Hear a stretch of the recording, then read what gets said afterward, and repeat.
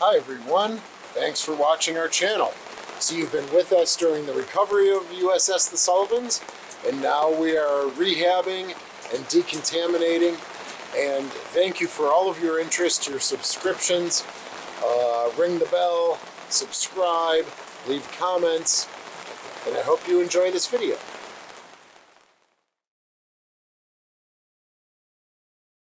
One of the coolest things about being here at the Naval Park is when you get to meet old salts or old sailors that served aboard. And we have actually this season already have had a really nice collection of people that have served on board coming back to visit.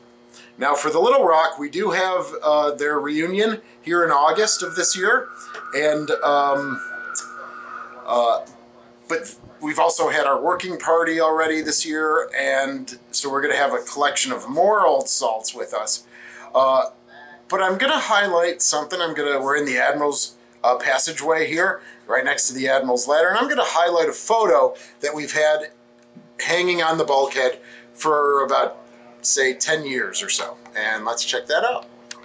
Oh, sorry. So, yep, here's the Admiral's ladder right here.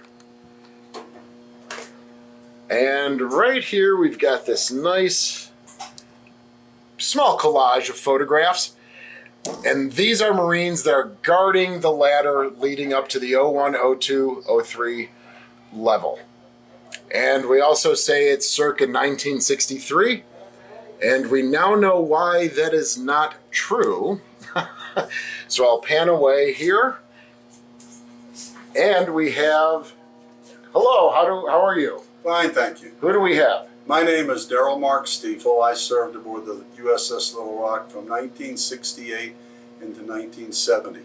And this is my picture right here when I was orderly for the captain of the ship. But eventually I was promoted to orderly of the Admiral. And this is right next to the Admiral's cabin where we stood guard every day that he was aboard ship. Now this is fabulous because I walk by that photograph every day, and we've talked about using that photograph about the desk and populating this again in some way with what was in this space. So tell me a little bit about that photograph, what you guys would do at station here. Okay, well first of all, this was the Admiral's orderly's desk. And we had a little box on the other bulkhead that we could keep papers or whatever we needed in. But to our left was the captain's orderly's post. So our job was to do the bidding of the Admiral, or even sometimes the Chief of Staff, which his cabin was to the left here. So whatever the Admiral needed, we would take care of it, or whatever the skipper needed, we would take care of it. Now go ahead, sorry. I was about to say that was our job. Yes. So we were talking a little bit earlier, and it's not surprising you're in almost every photograph that you've offered to us and for our collections. So it's not surprising that you snuck into that photograph there, yes. Even though you're captain's orderly and not the. So is that the difference in maybe the uniform there? It's the lanyards. The red and gold lanyard was for the Marines guarding the captain, and the white lanyard was for the Marines guarding the Admiral. Awesome. So also you might notice at this picture, you can't see it, I don't believe. I don't have my glasses on. That's all right. The Admiral was also the commanding chief of the Naval Forces, NATO. And there's a shield, a blue shield, that we would wear on our left pocket when you worked for the Admiral, signifying that you were a member of NATO. And that actually, you can see that. Who's this gentleman here? This is Gino. He was one of my friends, fellow Marines, and he was actually a Vietnamese vet that came aboard ship afterwards. Most of the Marines that served aboard the Little Rock came aboard right out of C School, which was right out of ITR and Lejeune.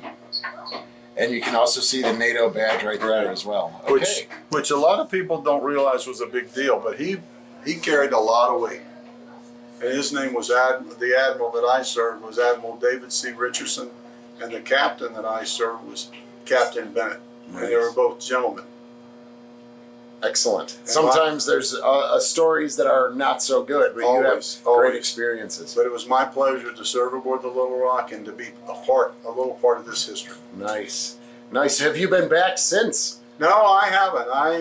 I got out of the service in 1972, and I went back to South Carolina and eventually moved to Pennsylvania, where I raised my family, and then I moved to New Jersey.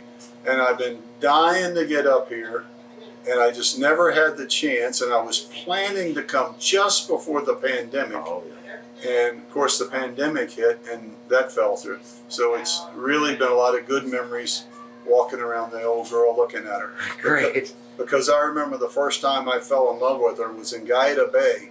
She was moored out on the buoy and she was gently swinging with the tide, and I just fell in love with her. Excellent. Thank you so much for sharing your stories, Darrell. Anything else you'd like to add?